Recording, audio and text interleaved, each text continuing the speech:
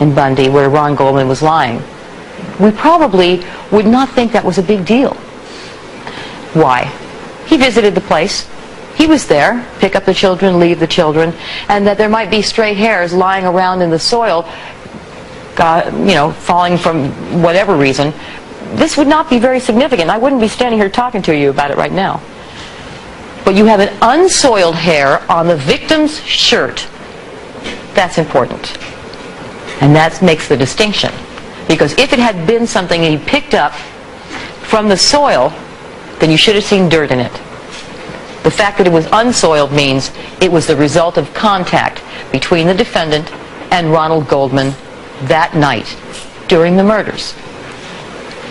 We certainly have no reason at all to believe there was any contact between the defendant and Ronald Goldman before the murders committed.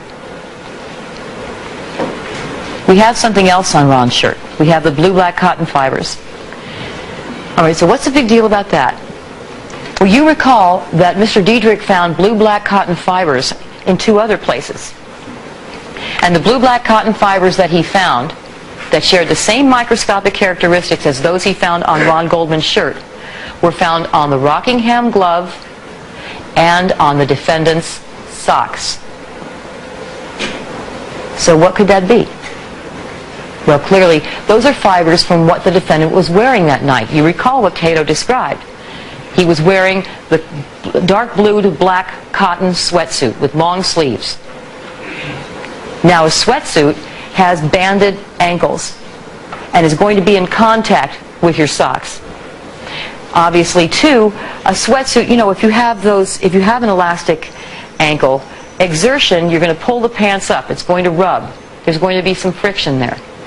And it's natural, of course, it's also common sense, that you will find fiber from one piece of clothing transferred to another, which is why, if you recall, when he was testifying, I asked him, did you find any of Ron Goldman's shirt fibers on his jeans? Yeah, I did.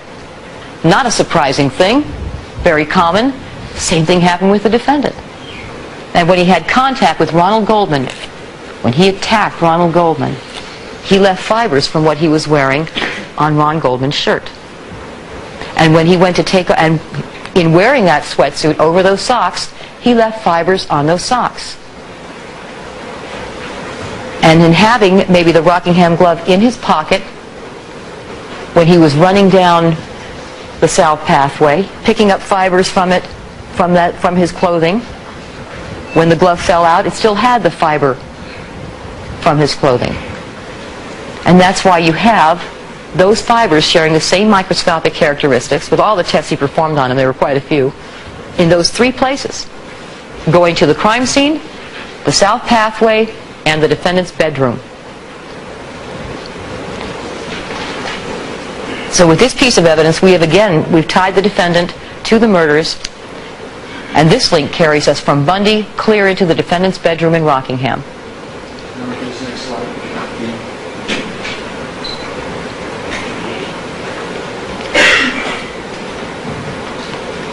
And here's a summary of what we've just discussed: the defendant's hair on Ron Goldman's shirt and blue-black cotton fibers. Yeah. And another piece of the puzzle. All right, now let's move away from Ron and start up the walkway.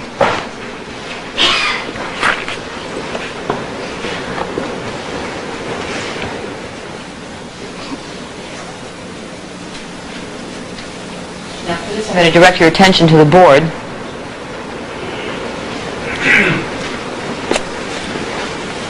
The bloody shoe prints. Now, the bloody shoe prints actually start down here. I'll just hold it up for a minute. On this very first photograph on the bottom, you can see the shoe print right next to the blue knit cap. It starts between... Okay.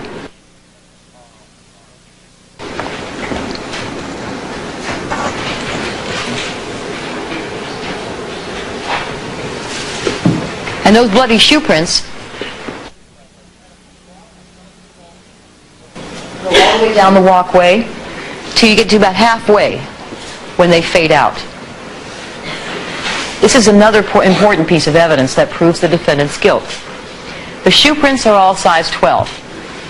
The shoe prints were all, and by the way, size 12, less than 10% of the male population wears that size. And the men who wear that size tend to fall within the height range of 5'11" to 6'4". The defendant is 6'2". And these are not just any size 12s. They're expensive shoes. Casual shoes that cost $160. Not dress shoes. Shoes that would be worn by a rich man. The kind of man who would wear cashmere-lined gloves. And what's even more important is that those shoes were only sold in 40 stores in this country. Out of how many thousands, maybe even millions of stores in this country, these shoes are only sold in 40 of them. And one of those 40 stores was Bloomingdale's, the store the defendant shopped in regularly, where he would buy shoes, both dress and casual, as you heard the testimony. They stopped selling those shoes back in 1992. But during the time that they sold them, the defendant was shopping at Bloomingdale's. Now, as we move down the walkway, we see that there's only one set of bloody shoe prints. Mr. Boziak, I think, made that very clear, especially on his last visit. Only one set of the imprints were bloody shoe prints. And all of them were consistently Bruno Magli, size 12.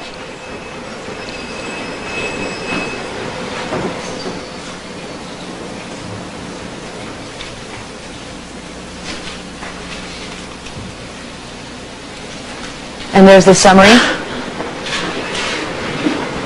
Defendant's shoe size is 12, less than 10% of the population. Expensive, rare men's shoes sold at very few stores.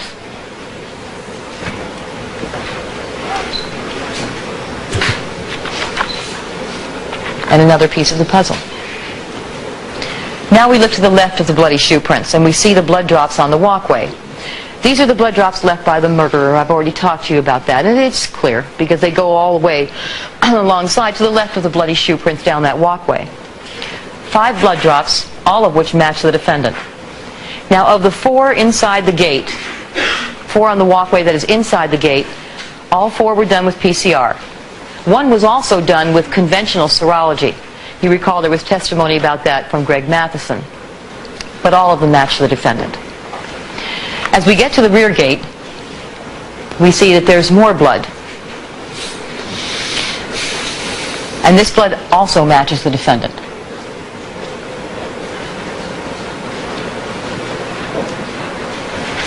Now, on the rear gate, I think I've already talked to you about that. The blood that matches the defendant was typed to 1 in 57 billion. In other words, that's identity. That is his blood. And then we go out to the driveway, and you recall blood drop number 52. And that drop was also done with RFLP. And in that blood drop out on the driveway, you have the typing, I think, determined with RFLP was that it was 1 in 170 million. The reason for the lower number is because they had fewer probes. It was a weaker sample. The reason for that, I'll talk about that for a minute. You have a different environment. And I think it's important to note, on the walkway, we don't have a good picture of it here. There are other pictures that you have in evidence that'll show this. The walkway is very dirty, and it's concrete. It's porous. It absorbs. On the other hand, on the gate, you have a smooth surface. It's up off the ground, and it's not as much in contact with dirt and with the elements, and it's not going to be absorbed in the gate because you have the paint on the gate that prevents it from doing that. Which is why you have higher molecular weight DNA. The more that DNA is subjected to bacteria, to dirt that degrades it, the more it's going to degrade, the less DNA you're going to have. The dirtier the environment, the less the DNA. The cleaner, less hostile environment, the more DNA. Very simple. So you have more DNA on the gate than you do on a dirty walkway. The gate is not the cleanest thing in the world, I guarantee, but you do have, it's up off the ground. You do have a non-absorbent surface. So that's part of the reason for the higher weight DNA. The other part of the reason is that the rear gate by inference from all of the testimony, that stain was collected and taken down right away instead of sitting in plastic bags in a hot truck. All right. So you have all of the blood on the walkway matching the defendant. You have RFLP results on the rear gate that identifies the defendant. You have a drop on the driveway, 1 in 170 million. That's a virtual identification of the defendant under all of these circumstances as well.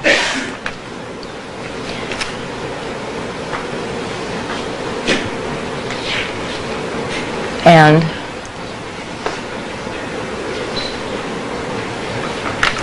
another piece of the puzzle. Now let's talk about the Bronco. All right, first of all, just consider the fact that there's blood in the Bronco at all. I mean, ladies and gentlemen, do you have blood on the interior driver's door of your car, on the dashboard, on the console? I mean, think about that. And all at the same time? As for the amount of blood in the car, how much would you expect to see? When you think about it, the defendant inflicted the wounds that bled out on these victims, the ones that really bled out, from behind them, with the throat cut that was demonstrated to you by Dr. Lakshmanan. So if he's standing behind them, they're bleeding out this way, how much blood is he going to get on them? Not very much. And he certainly wouldn't be getting any on his back, which is where he's going to be in contact with the seat.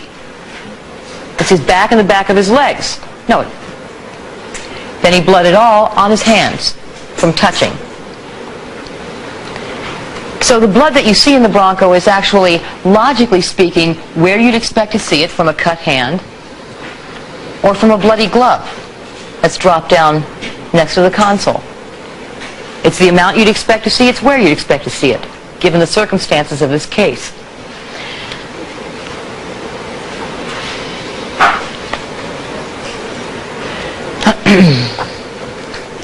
Now let's talk about the cut finger.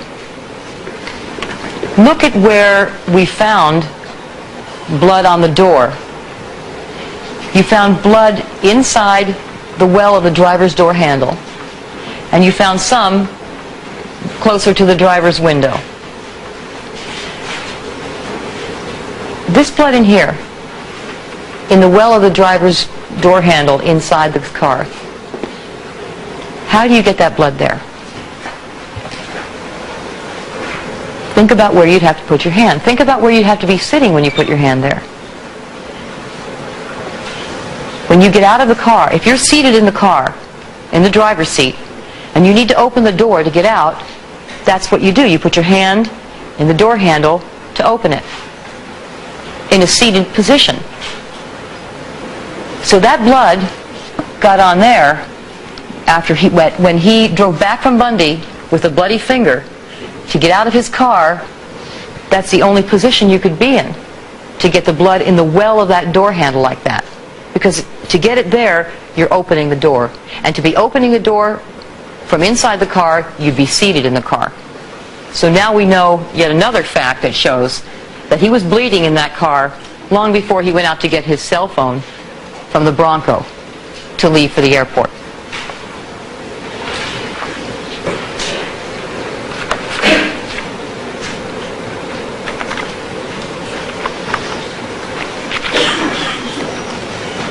Now, the defense is not claiming that the defendant's blood in the Bronco was either planted or contaminated. They concede that one right up front. And that's because they can come up with an explanation for that one. Remember the razor-sharp cell phone. But remember, it's only the evidence that they can't otherwise explain that they resort to the desperation theories of contamination and planting. But it's not only the defendant's blood in this car. There's also the blood of Ron and Nicole in that Bronco.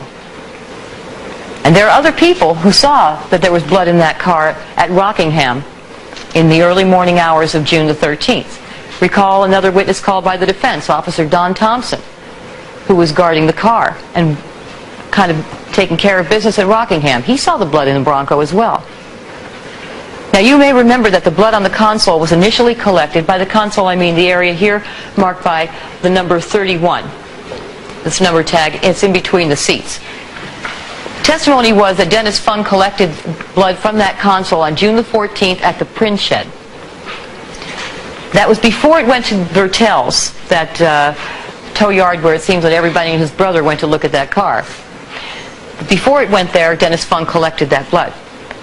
Now, the results of the blood collected by Dennis Fung in the morning of June the 14th indicated with PCR testing the presence of blood from the defendant and from Ronald Goldman.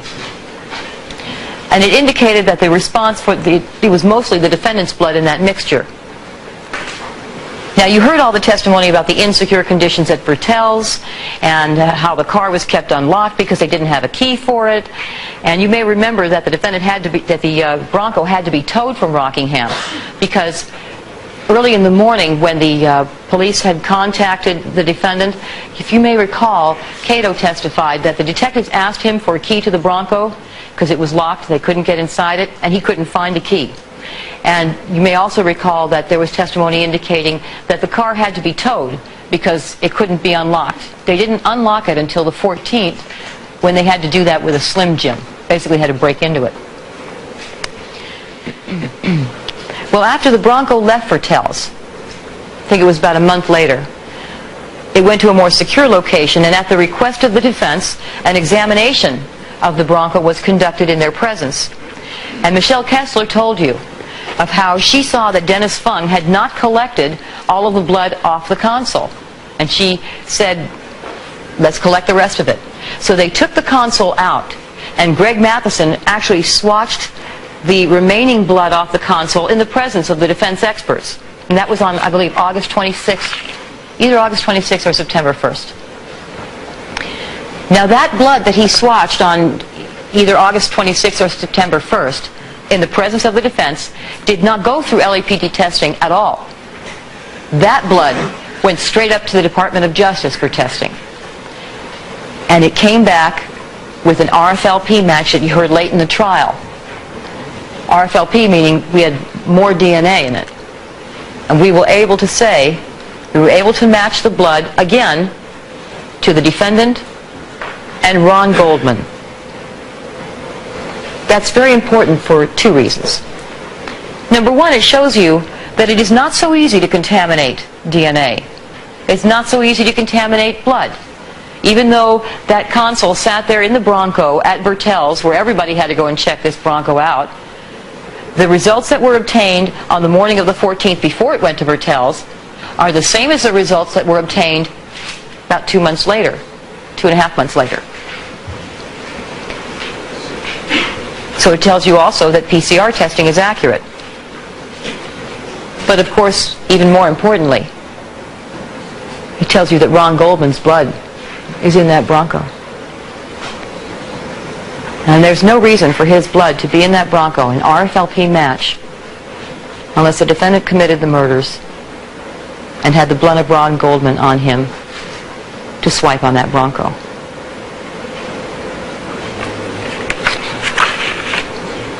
Now there's something else about that Bronco that I wanted to point out to you. On the driver's side of the floor mat, where a driver would put his foot, we find a bloody imprint. A bloody imprint that Mr. Boziak told you had characteristics consistent with the Bruno Magli shoe of that S pattern that he talked about. And a bloody imprint that was tested and matched to the blood of Nicole Brown. That carpet piece was cut out of the Bronco by Dennis Fung on June the 14th at the print shed. Now, think about this one for a minute, because just the fact of having blood in that location tells you something. How in the world do you get blood on the floor mat in a position where a driver puts his foot unless you have stepped in blood and then sat in the car and put your foot on that spot? How else? How else? How many times have you stepped in blood, and how many times have you tracked it into your car? I don't know how many, but you can see just logically somebody who is walking around with bloody shoes gets in to drive his car and the carpet comes up. There you go. And this is People's? It's on People's 172. People's 172. Thank you. Thank you.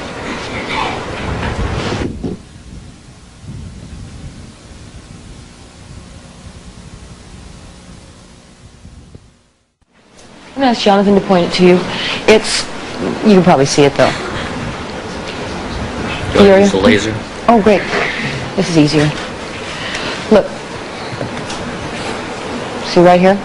And that's what we had testimony about with respect to the blood testing and with respect to Mr. Boziak. But when I sat and I listened to that, I thought, gee, I don't know how much clearer it could be. I really don't.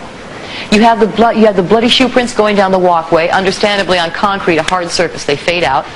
Then you put that same bloody shoe that obviously got blood up in the grooves of the pattern of the shoe onto a soft surface like a carpet that picks up that blood, whatever's remaining. How else did it get there?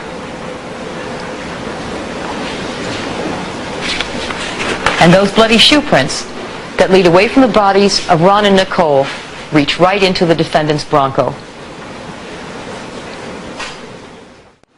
You can already see we have such a wealth of evidence that we could probably stop right here, but frankly I'd like to, but I have to finish going through all of the evidence, and the Bronco went back to Rockingham. So let's go back to Rockingham as we trace the steps. And I'll quickly review the evidence for you at Rockingham. So he gets in the Bronco and he drives back to Rockingham, parking it on Rockingham, just north of the Rockingham gate, where we see it in all of the photographs.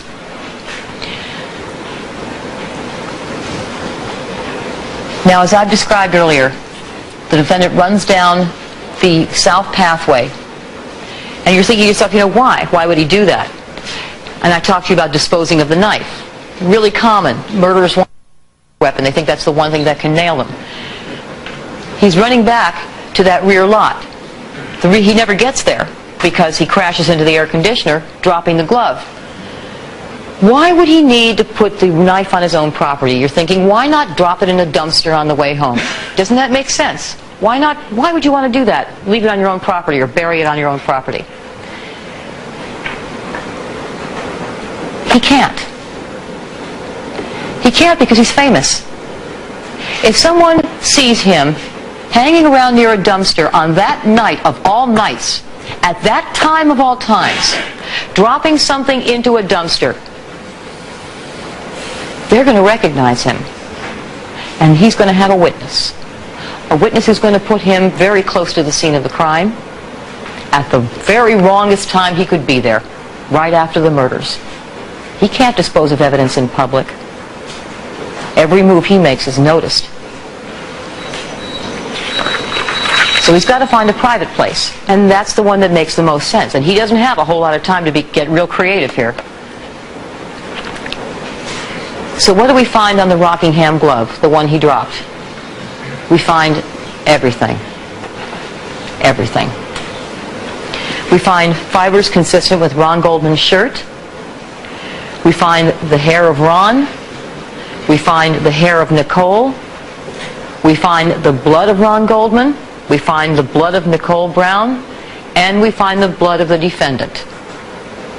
And we find Bronco fiber from the defendant's Bronco. We find blue-black cotton fibers just like those found on the shirt of Ron Goldman and on the socks of the defendant in his bedroom. And on this glove, he is tied to every aspect of the murder.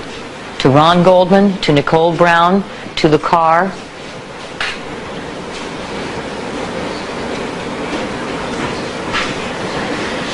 And of course, that's why the defense has to say that the glove is planted. Because if they don't, everything about this glove convicts the defendant. Where it's found, what's found on it, what's found in it, even a black limb hair found inside the glove. Everything about it convicts him.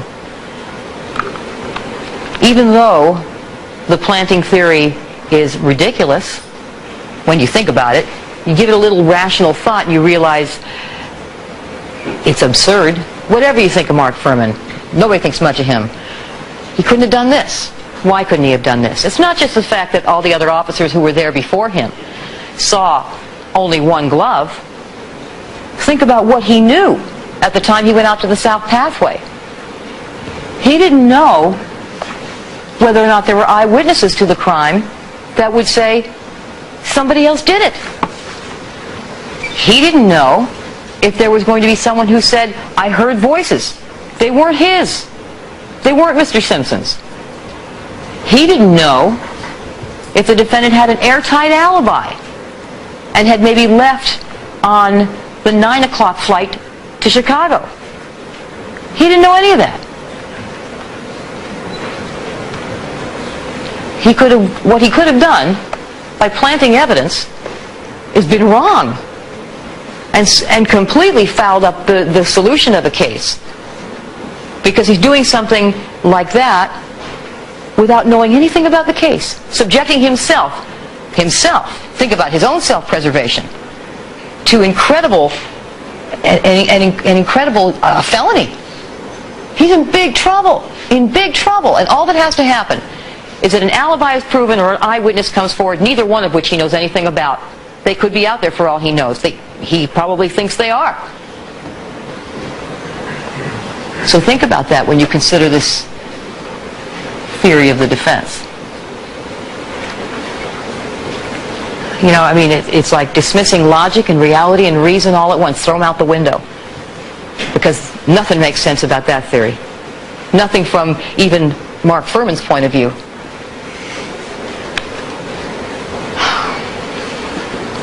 But I think if you look clearly at the evidence, if you look straight on and you use your common sense, you're going to see this. You're going to know this. You will. But the bottom line is, and I think that you'll reach the same conclusion, no one planted that glove. You know why? Because they're his gloves. They're his gloves. Think about all the evidence you've heard now. Remember that he's a size extra large. The gloves are a size extra large. The glove at Rockingham is a mate to the glove at Bundy. They're a pair. A pair that are the same exact type purchased by Nicole on December 18th, 1990. One of only 200 pairs sold that year.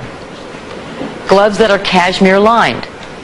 Gloves that cost $55. Rich man's gloves. Gloves that were exclusive to Bloomingdale's. Gloves that were not sold west of Chicago. Gloves that the defendant was wearing at football games from January of 1991, just a few weeks after she bought them, until the last football season before the murders.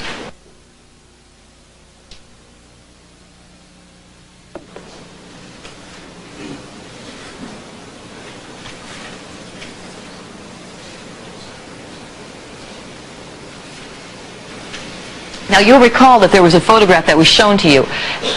First of all, the receipt. There was a receipt that was shown to you that showed that when she bought the gloves, she bought 2 pairs of gloves and a muffler on December 18th of 1990. And there was a photograph shown to you during one of the football games that I'm trying to remember the date of. I think it was 92. In which he's wearing a brown jacket, a brown muffler, and the brown gloves. Doesn't it make sense that when she bought the muffler, she bought it to match at least one of the pair of the gloves? And there he is wearing it.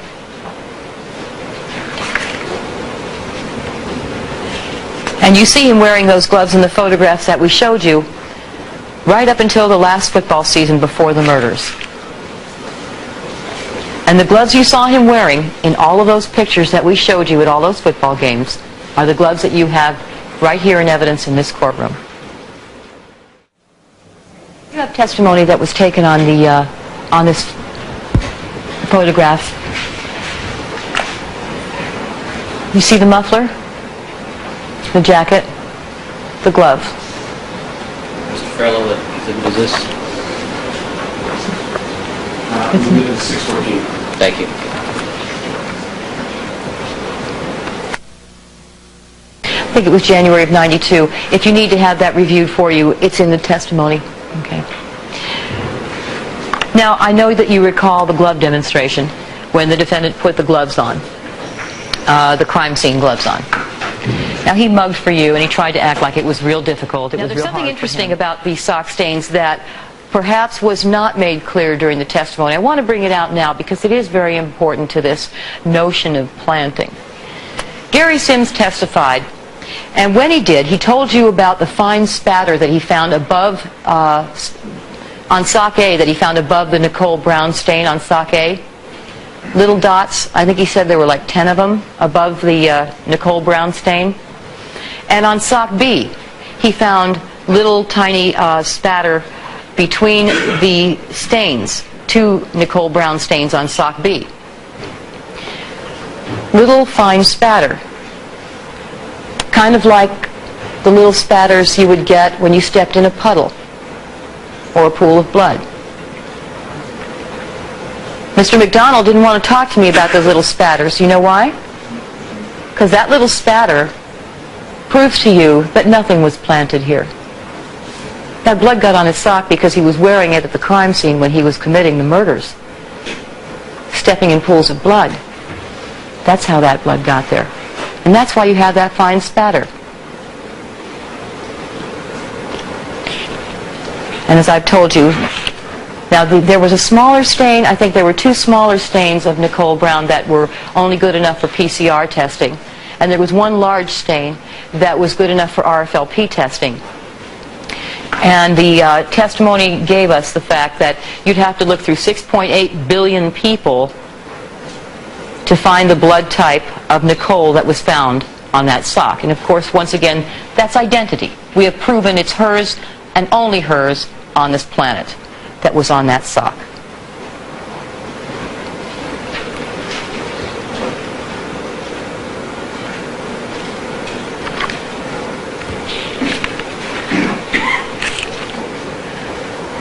All right. So with all of this blood evidence, what we have done, and fiber and hair, look at all we've traced, look at all we've proven. We have linked the defendant to the crime scene. We have linked the defendant to the victims. We have linked the defendant and the victims to his car. And that link has reached from Bundy into his bedroom at Rockingham. They are all interwoven by time, by space, by occurrence, by science. All linked. Now let's turn to the murders themselves. And in this section, I'd like to talk to you about the manner of killing.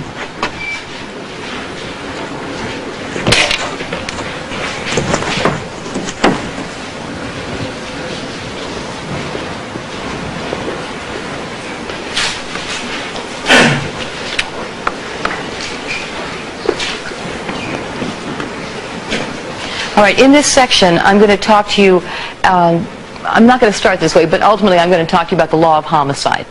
What the people are required to prove in terms of proving that a murder occurred, what's a first degree and what's a second degree murder. Before I do that, I'm going to address some preliminary questions that, these are not questions the law requires us to answer, frankly. These are just kind of questions that you have, the things that you might want to debate in the jury room. I'd like to give you some ideas about these questions and ponder them with you for a little bit. But let me preface my remarks by saying that this has nothing to do with the elements of the crime that we are required to prove. In terms of our requirements of proof as to who did it and what they did, this has nothing to do with those. Just so you know. Because this is a matter of, as I told you in the jigsaw puzzle, this is the piece of sky. But it's interesting, and it might be something that you're interested in. So in that light, I'm going to talk a little bit about it. First of all, how could one person do this without the victims being able to scream or escape? How long did this take to accomplish?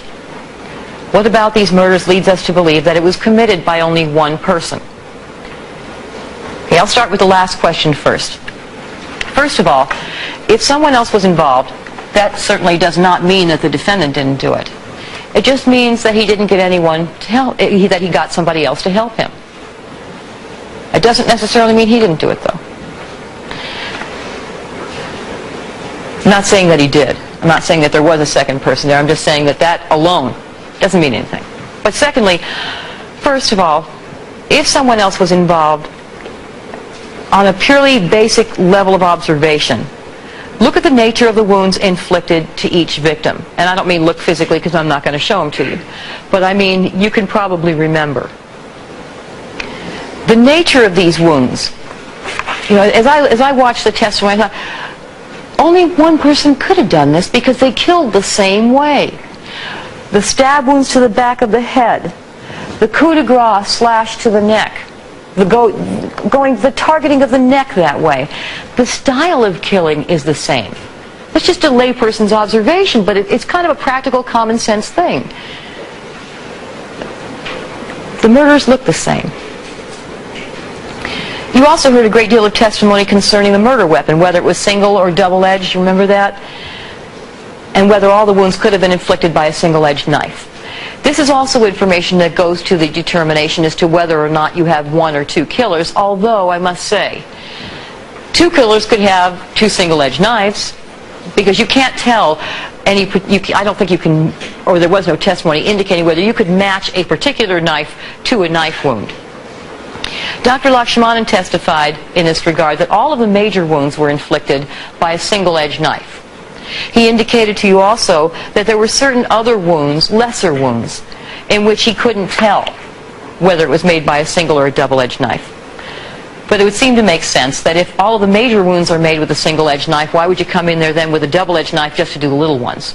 So it just kind of makes sense that a single-edged knife was used. But beyond that, scientifically, I think we had Doug Diedrich testify that he examined the damage in Ron Golden's shirt, and he determined that, and a shirt, of course, is less elastic than, and less messy, if you will, than flesh.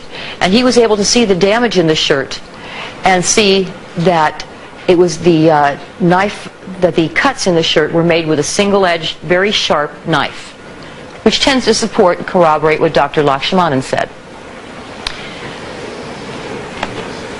So the upshot of all that testimony is that to the extent that anything can be said based on what the wounds permit in a description of the murder weapon, it would appear to be a single-edged knife. Another indication that the murders were committed by one person comes from the blood evidence. And this is one of the few areas where there was really no dispute as to the accuracy or the reliability of the result. And here's a result we haven't yet talked about.